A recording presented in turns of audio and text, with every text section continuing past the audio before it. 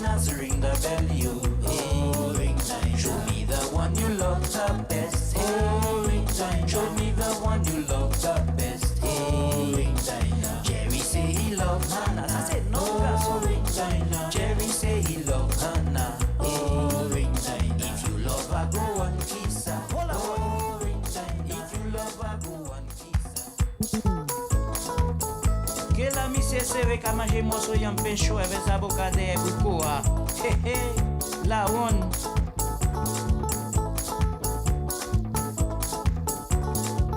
Clementine Saudi Ra, Saudi manje yon pencho, Saudi de bukoa, Saudi Ra, Saudi ragadak bo, Saudi Ra, Saudi ragadak bo.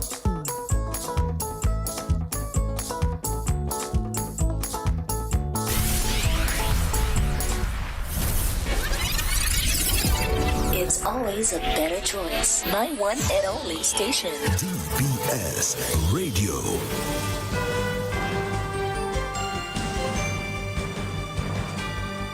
DBS News. Fresh in the morning. Eye-opening and balanced. The DBS Morning News starts right now.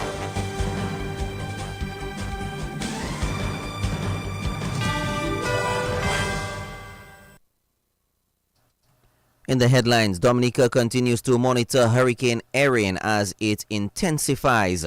In news from the region, Trinidad and Tobago changes plans for its Independence Day, citing security concerns.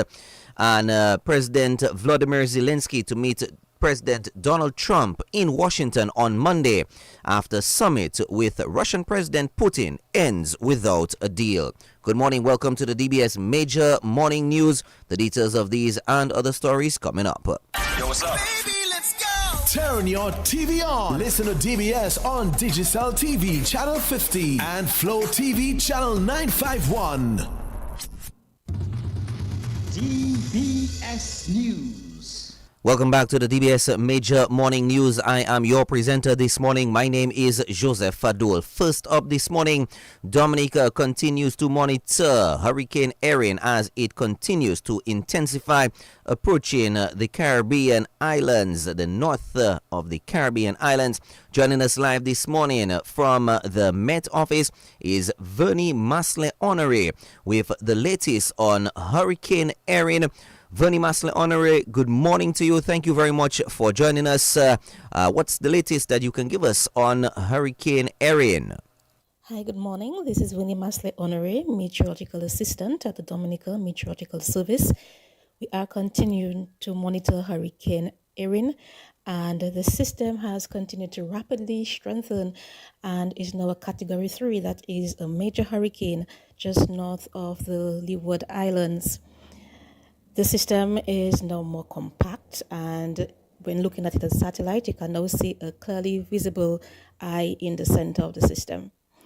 At 5 a.m., Erin was located near 19.8 degrees north, 61.1 degrees west, or about 170 miles northeast of Anguilla. Erin is moving toward the west and northwest at about 20 miles per hour, and winds near 120 miles per hour. Those hurricane force winds extend just about 30 miles from the center, and tropical storm force winds to about 125 miles north of the center. So most of the islands in the northern leewards most likely won't receive sustained tropical storm force winds, but these islands will continue to monitor the situation over the weekend. For us here, Erin is not posing a direct threat to the island. However, we do anticipate indirect impacts to include swells and increasing wave heights in our coastal waters. For the morning, particularly along the western coast, we do expect some deterioration in conditions as winds from Erin is now generating a southwesterly to south-southwesterly wind flow across the region. So small craft operators and sea bathers, particularly along the western coast, do exercise caution and do be alert on the situations in the marine environment. Seas on the east coast are expected to about 8 feet and improving as the day progresses and as the system continues its west to northwestward motion. In terms of rainfall, we are monitoring the rain bands from the system as they come across and looking to see in what areas that we may be receiving moderate to heavy showers, which could result in localized flooding. So people in areas prone to flooding, landslide, and falling rocks do continue to be on alert as well. We do expect some gusty winds from time to time, but no sustained winds. We do expect conditions to sort of maintain during the overnight period as the winds continue to shift from more southwesterly to southerly and to more southeasterly by tomorrow. And this could continue to transport some moisture into the area. So this instability could support moderate to heavy showers as well and possible thunderstorm activity. So it's just about watching the conditions, looking at our satellite and radar to provide some guidance as to what exactly could pan out across the islands. And we will continue to update the public and issue any flood watches or warnings as they become necessary or if they become necessary. Thank you very much, Vernie Maslin Honore, for joining us live on the DBS Major Morning News with that report. Of course, we at DBS as well will be monitoring, and of course, any further updates from the Met Office, we will definitely be passing it on to you. Let's continue with other news this morning. 7 young ladies will vie for the title of Miss Wobduyet. Here now are the participants of this year's event, which will take place on October 29th. I am 22-year-old Deidre Smith, proudly representing the vibrant, fishing, and exciting community of Sibuli Massa, where culture takes center stage. I am Mayaka Elize, 18 years old, proudly representing the vibrant and cultural community of Grand Bay. From the cultural community of Paybush, I am 18-year-old Nia Masikot. I am Kinaje Tanaya Felix, contestant number 4, representing the beautiful village of Jerdel. Good evening. I am 23-year-old entrepreneur Ashante Paul. That is where there is life, there is hope. And that hope is indeed alive in living colors, original print, from the small but vibrant village of Jimit. A pleasant good evening to all guests and well-wishers. I am 23-year-old Debbie Dowie from the humble fishing and football community of Newtown. Nomwese Zebediah Maxwell, Hot Tea Village, Tau. And those were the 2025 participants of the Miss Wobduyet pageant who were officially revealed yesterday afternoon. Meantime, Minister for Culture Greta Roberts called on this year's contestants to embrace the opportunity to represent their communities and country proudly. Our young ladies this evening should all feel proud, not only to be representatives of Dominican beauty, but also as ambassadors of our tradition and heritage. Whilst they are looking forward to winning this coveted title, this pageant is all about embracing and showcasing our unique culture. Each of them brings their own light, talent, and cultural expressions to the stage. Their passion, dedication, and grace already makes them winners. So all I ask is that they all embrace this as an opportunity to represent their communities and their country proudly. Let this also be a platform to educate and inspire future participants like themselves, young ladies, in promoting and preserving the very essence of who we are as Dominicans. Minister for Culture Greta Roberts. 2 St. Lucia nationals, Michael Carlos Leo and Christian Mariel, have walked free after they were charged in connection with the 2024 stabbing death of Jones Branca of Kings Hill. Attorney Tiani B. Hansen says a special application was made for the matter to be heard at the High Court, and Justice Colin Williams ruled. Well, it's actually a case that David Bruni had begun. And throughout, at some point in the proceedings, he invited me on to to join him in the defense of these two gentlemen. One was represented by Mr. Norde, Mr. Tristan Mariel, and the other, Nikel Leo, was represented by myself and David. They're from St. Lucia. They work here in construction. Young men, they're 19 and 20. They've been in custody for about 11 months, 2 weeks, for the murder of the guy called Branca. They used to call him Mr. Joseph. That was last September 2024, the 14th of September. These two gentlemen were arrested on the 19th of September and have been in custody until this morning. They were released this morning. The matter, one was charged for accessory, the other was charged for the murder. But essentially, the witnesses collapsed. In October, the first witness, normally these things take years, take 5-6 years. But the first witness could not come up to proof. And that witness meant that the state ought to have reassessed their evidence and released Tristan Mariel, which they did not do. They kept him in custody.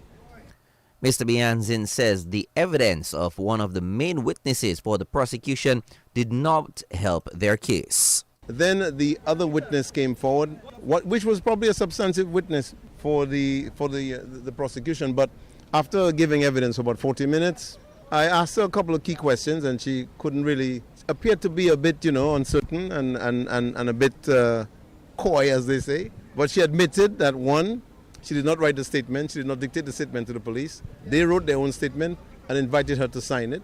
She then stated to the court that the officers told her if she doesn't sign it, she would be put in a cell in Grand Bay. At the time it was about 11:30 at night. And then I asked her precisely what were you told. She said they told me to make it look like he did it. So straight away I started getting concerned. Anyways, once I pressed her some more on the cross-examination, she admitted she saw nothing. And apart from the threat made by the police, she probably would not have made any statement. So that meant on the 15th of April 2025, the case for the prosecution, as far as we were concerned, was gone. We decided to turn up the ante, and we filed an abuse of process application for the misconduct of the police. That was attorney Tiani Bihanzin. The prosecution was not available to comment on the case. Works are progressing well on a new fire station and magistrates court in Grand Bay. Minister for National Security Rayburn Blackmore led a walkthrough on the ongoing construction site in Grand Bay. What is happening right now in Grand Bay has to be tied to a national developmental approach and plan by the government and the leadership of the government that is tied to our national resilience. So it's not by accident that you see a new communities emerging in Grand Bay. Close to 100 houses are being built. The expansion of the village itself will mean, of course, the services and the need for more services. That will allow us also to have our own rescue team in Grand Bay, resident in Grand Bay, because we know that that area is a very vulnerable area. So it is tied, it's not simply a building to house additional fire officers. It's not simply a magistrate court. To create a better and more conducive environment for the magistrates to actually discharge the duties and for people who are seeking reprieve or redress to attend court. But it is tied, of course, to a national developmental agenda that speaks to our resilience, etc. So if you're going to have more people in an area, the need for actually better response and quicker response in the event of disasters, etc., becomes paramount. And the need to resolve conflicts when they emerge, therefore. And so we hope that with the new magistrate court building, we'll create an environment where magistrates will spend the time that they need to spend on the bench and to dispose of the cases before them in a timely fashion. That was Minister for National Security Rayburn Blackmore. Acting Fire Chief Wayne Later says construction of the Grand Bay Fire Station is a dream come true. The new Grand Bay Fire Station is expected to be completed by December 2025. We at the Fire Service are very excited about this project that is happening. It's something that has been in the pipeline for a while. And when we look at disasters such as Erica hit in this district, we saw the need for even better fire coverage in this area. And this is where this building is coming from. But let me say, it's not just a building for building's sake and for the present, but it also talks about future expansion of the fire service. In this area, we have facilities for female, which in the Grand Bay district now, we have only one female per shift working. But with this station, we could have at least 4 females per shift working. in the district. Now, this station it's a dream come true. It has the features which will uplift the operations of the fire department, the gym. We have downstairs of this building strictly operational and upstairs residential. And this station presently will be the second largest of the station, the third purpose-built fire station that we have in the Commonwealth of Dominica. We are talking about Douglas Charles Airport Station and the Kenfield Airport Station. So this will be the first purposely built domestic fire station in the country. That was Acting Fire Chief Wayne Later. Minister for Finance Dr. Irvin McIntyre has urged the United States Peace Corps volunteers to participate in the ongoing discussions about curriculum reform in Dominica.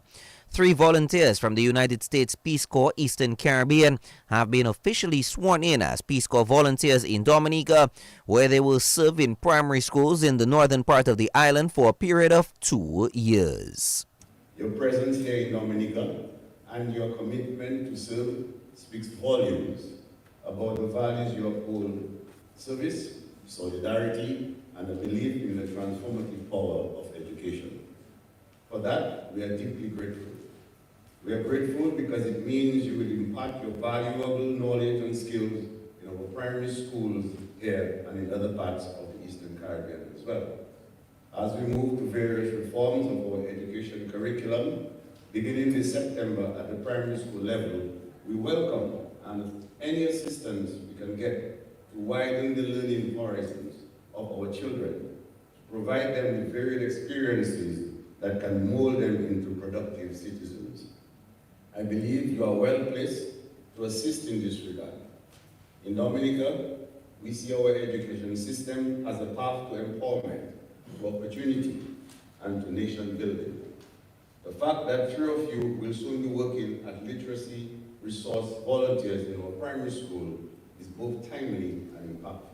Minister for Finance Dr. Irvin McIntyre. Meantime, Parliamentary Representative for the Portsmouth constituency, Fenella Wenham Shepherd, says the United States Peace Corps movement plays a critical role in Dominican society. Having Peace Corps volunteers come to the most beautiful island on earth is part of our culture. Imagine coming to a place unknown and to have found love is even more incredible. Lasting friendships and unions have happened between locals and our beloved Peace Corps. This is to tell you that the Peace Corps holds a critical and precious place in the fabric of our Dominican society. On behalf of the Minister of Education, the people of Portsmouth, and the wider Dominican community, I express deep gratitude for your presence here in Portsmouth, Dominica. To leave one's comfort zone, we all know, a home, and to cross the oceans to give of your time, your skills, your energy, and your life. To serve others speak volumes about your commitment to humanity and to build bridges of friendship. Parliamentary Representative for the Portsmouth constituency, Fenella Wenham Shepherd. The Dominica Association of Industry and Commerce, DAIC, says it is reviewing the recent statement which was made in Parliament by the Minister for Trade and Foreign Affairs, Dr. Vince Henderson, concerning the caps being used on the bottles of Tuapita water. The DAIC says its objective is to better understand the situation accurately and to encourage an appropriate evidence-based process. It adds that Josephine Gabriel and Company Limited is a long-standing member of the Dominica's private sector and is a contributor to national development over many decades. President of the Dominica Association of Industry and Commerce, DAIC, Brenton Hilaire, is encouraging all parties to follow established procedures before bringing these issues to the public domain. We support the government's commitment to public health and standards, and we equally support our private sector's right to fair, evidence-based review. When concerns are raised, such as the recent concern about bottle caps, there are clear protocols for testing and resolution. I believe that we should use those channels first to protect confidence in our market and avoid unnecessary reputational damage while the competent authorities do their work. President of the Dominica Association of Industry and Commerce, Brenton Hilaire. We move to news from the region where the government of Trinidad has asked for Independence Day on August 31 to be celebrated as a day of prayer and reflection rather than by a military parade or a public fireworks display. They said so in a statement by the Ministry of Homeland Security. Well, the statement cited security concerns amid the ongoing state of emergency SOE called on July 18th due to an alleged amalgamation of criminal gangs drawing up a hit list of public officials, with the SOE later extended for 3 months. For private displays, only silent fireworks will be allowed, the statement said. Homeland Security Minister Roger Alexander alluded to a security rationale for the fireworks ban on top of his main concern about noise pollution, harming animals and people. He added that in keeping with the current security priorities and to maintain an environment of conducive public safety, the government will not host the traditional state-sponsored firework display this year. Internationally, Volodymyr Zelensky will fly to Washington, D.C. on Monday to meet U.S. President Donald Trump after the U.S. and Russian presidents left Alaska without an agreement on Ukraine. Afterwards, President Donald Trump posted on social media that the best way to end the war is, quote, is to go directly to a peace agreement, unquote, rather than a temporary ceasefire, which oftentimes do not hold up.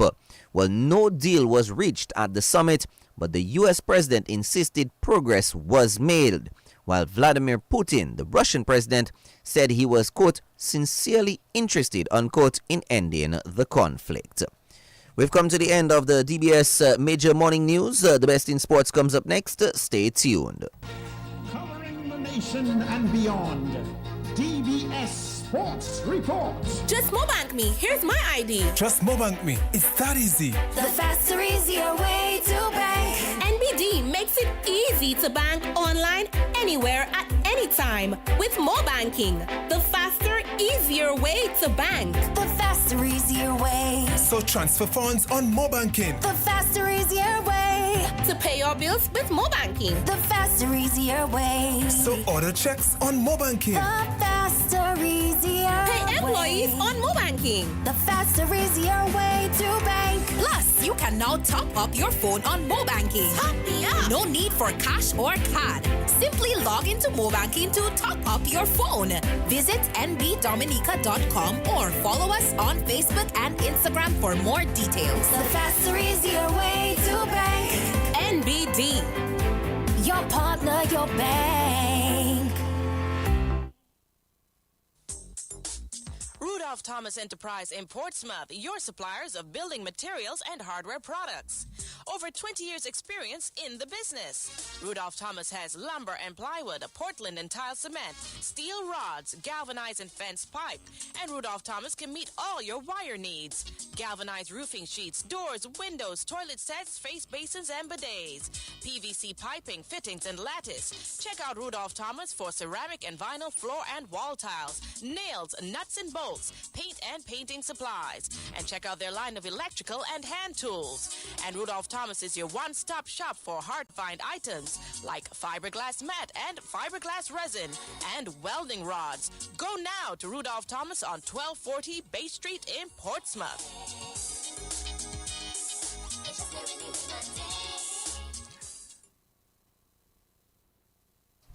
Welcome to the DBS Major Morning Sports Report. First up this morning, the West Indies captain Shea Hope hit an unbeaten half-century as the Guyana Amazon Warriors opened their account in the Republic Bank CPL with a win over the St. Kitts Patriots as that tournament continued last night.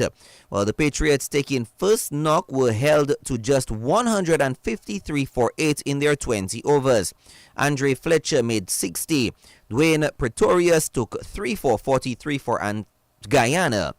The Warriors chasing 154, got 154 for 5, with Ben McDermott hitting 75 of 39 balls and Shea Hope 56 from 39. Abbas Afridi picked up 2 for 24 for the St. Kitts team. Guyana won by 5 wickets. Well, CPL actions continues with the Antigua and Barbuda Falcons taking on the Barbados Royals tonight at 7 p.m.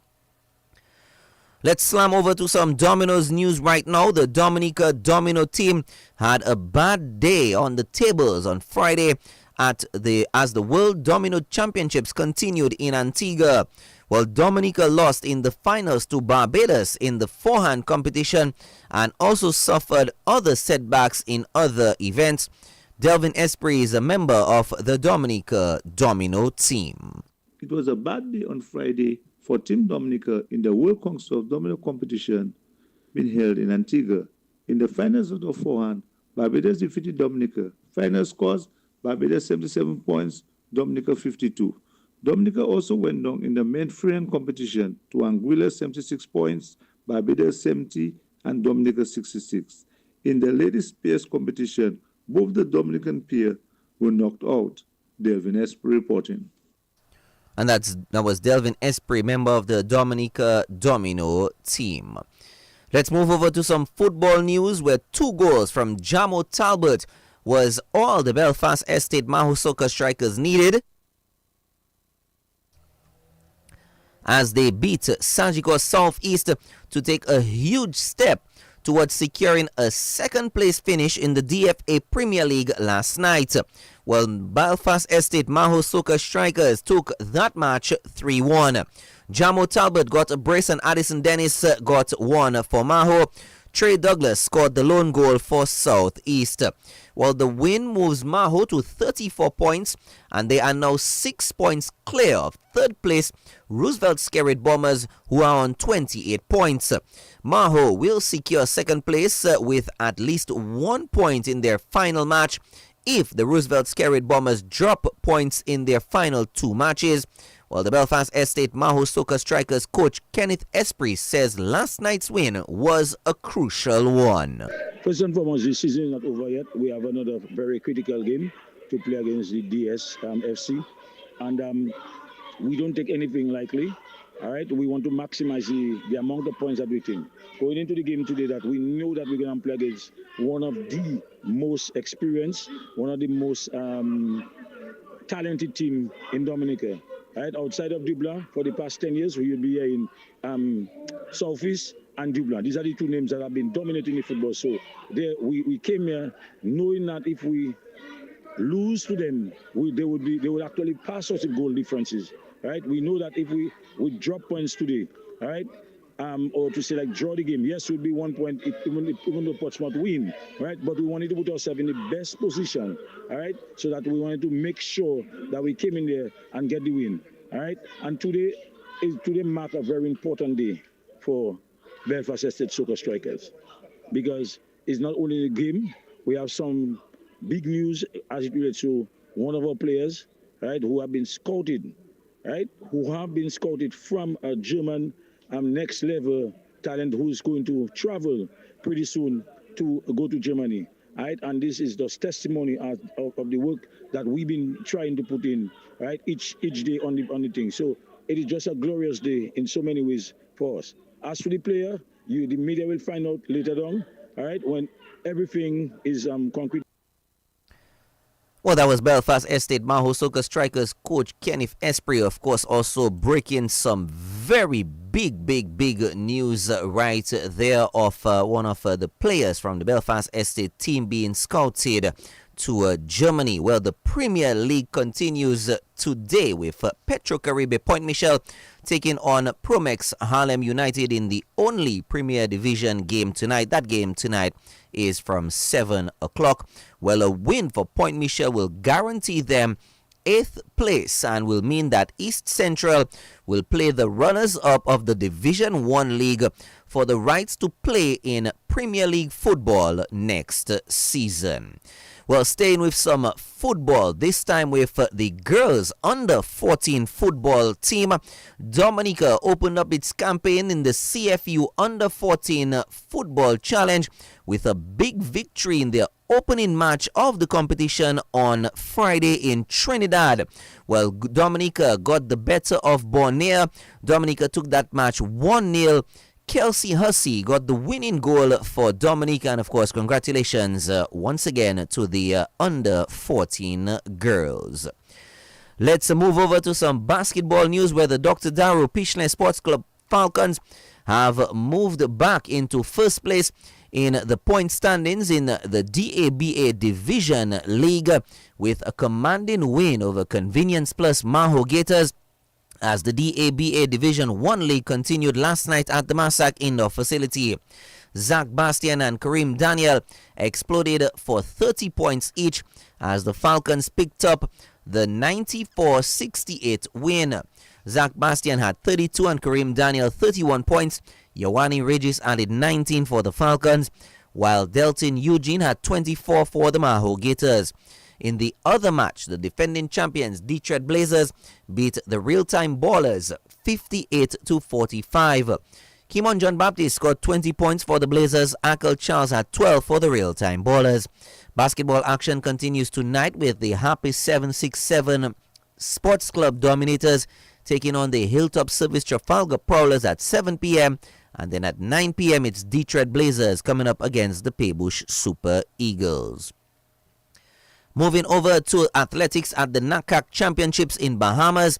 Well, national runner Denick Luke has qualified for the finals of the men's 400-meter hurdle event at the NACAC Championships in the Bahamas. Luke is one of 2 athletes representing Dominica at that event. Luke, who has already established himself as an 800-meter specialist, clocked an impressive 49.78 seconds to finish third in his heat on Friday. Well, his time also puts him 5th overall out of 12 runners. The finals will take place this evening. Meantime, national athlete Trennis Hamilton will compete in the women's shot put on Sunday. Let's pedal over to some cycling where the Dominica Cycling Association will hold its final road race of the season on Sunday. Sunday's race will be from Marboyd's Bar to the Canefield Airport and back 10 times. President of the Dominica Cycling Association, Ronald Charles, says the association is hoping for a strong end to the season. The final race for the season will be on the 17th. That is Sunday, this Sunday, the 17th of August, 2025. Obviously, we are aware that the weather may not be in our favor, so we'll be monitoring the weather, and one would say if weather permits, then the race will be on Marboyd's Bar to the roundabout and back 10 times for the road racers, mountain bikers 5, and of course our female cyclists 3 times. We're asking all cyclists to be on time.